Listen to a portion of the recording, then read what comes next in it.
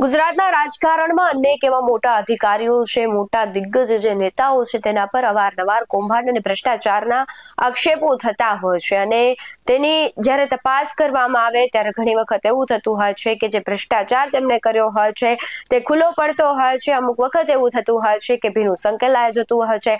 તાજેતરમાં જ જોયું કે ગુજરાતમાં મનરેગા યોજનામાં અનેક ભ્રષ્ટાચારીઓના નામ સામે આવ્યા.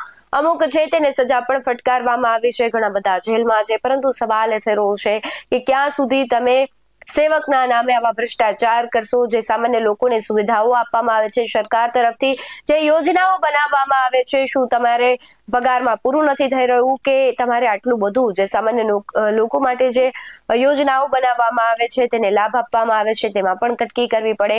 આવા અનેક સવાલો થઈ રહ્યા છે અને હાલ જિગ્નેશ મેવાણી પણ એક જે અધિકારી નિવૃત્ત છે તેના પર મોટો ભ્રષ્ટાચારનો આક્ષેપ કરી રહ્યા છે. તેના વિશે જ આ વિડીયોમાં વાત કરવી છે. નમસ્કાર, BS9 TV ન્યૂઝમાં આપની સાથે હું ભગવતી વિશાવડિયા. છેલ્લા ઘણા સમયથી ગુજરાતમાં જે દારૂનો કાળો કારોબાર ચાલી રહ્યો છે તેના મુદ્દાને લઈને જિગ્નેશ મેવાણી સતત ચર્ચામાં છે, કારણ કે તેઓ અનેક સવાલ ગૃહમંત્રીને કરી રહ્યા છે, અનેક સવાલ પોલીસને કરી રહ્યા છે, કારણ કે જે પ્રમાણે ગુજરાતમાં દારૂબંધી છે પરંતુ ગુજરાતમાં દારૂ જે ખુલ્લેઆમ મળી રહ્યો છે તેના પર કોઈ શંકા નથી. અનેક એવા દ્રશ્યો આપણે જોઈ રહ્યા છે કે ગમે ત્યાંથી તમને દારૂ જોવા મળે, પછી મંદિર હોય કે શાળા હોય, દરેક જગ્યાએ દારૂબંધી હોવા છતાં દારૂનું વેચાણ થાય છે, સેવન થાય છે.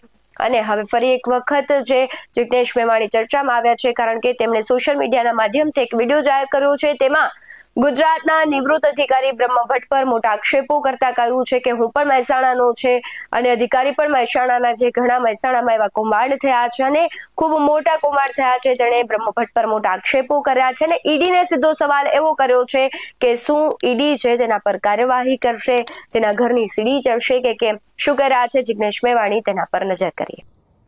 સુરેન્દ્રનગર કલેક્ટરના કથિત 1500 કરોડના જમીન કૌભાંડમાં ઈડીના ગુજરાતમાં કેટલાક દિવસથી સુરેન્દ્રનગરમાં ધામા છે.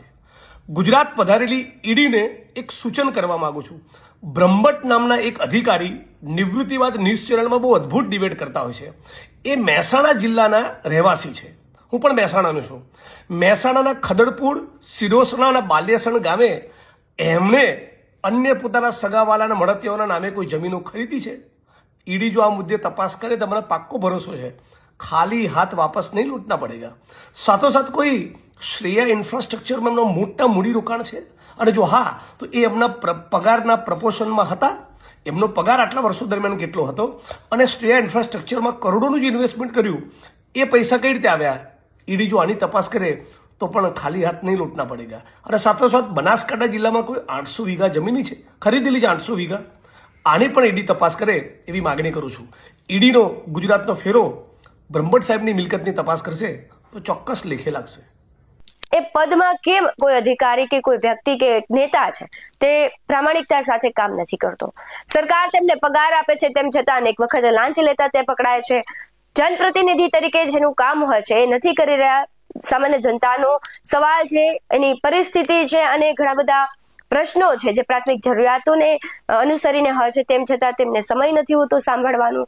એટલે આખું જે રાજકારણ છે તે તો ગરમાયું છે, પરંતુ સીધો સવાલ એ જ છે કે સામાન્ય જનતાનો શું વાંક છે? તે ટેક્સ ભરે છે તેમ છતાં તેમને પૂરતી સુવિધાઓ નથી મળતી અને એક પદ પર પહોંચ્યા પછી ખબર નહીં માણસની વૃત્તિમાં બદલાવ શું આવી જાય છે. ભ્રષ્ટાચાર કરે છે, મોટા મોટા કૌભાંડ કરે છે અને પછી તેના પર કાર્યવાહી અમુક વખત થાય છે, અમુક વખત નથી થતી. એ પણ કડવી વાસ્તવિકતા છે. પરંતુ જિગ્નેશ મેવાણીએ જે સવાલ કર્યો છે, કારણ કે સુરેન્દ્રનગરમાં ઈડી ખૂબ મોટી કાર્યવાહી કરી રહી છે, હવે જોવાનું રહ્યું કે જે પ્રમાણે તેનો આક્ષેપ છે તેમાં કેટલું સત્ય છે, ઈડી કાર્યવાહી કરે છે કે કેમ, અને બ્રહ્મ ભટ્ટ છે તે તેનો વળતો જવાબ આપે છે કે કેમ, કે જો તેમના ઉપર જે આક્ષેપ છે તે સત્ય સાબિત થશે તો તેમને સજા આપશે કે કેમ. પરંતુ સવાલ અત્યારે થઈ રહ્યો છે કે જિગ્નેશ મેવાણીએ જે આક્ષેપો કર્યા છે, પહેલા તો એમાં સત્ય કેટલું છે? જો સત્ય છે તો તેના ઉપર કાર્યવાહી થશે કે કેમ?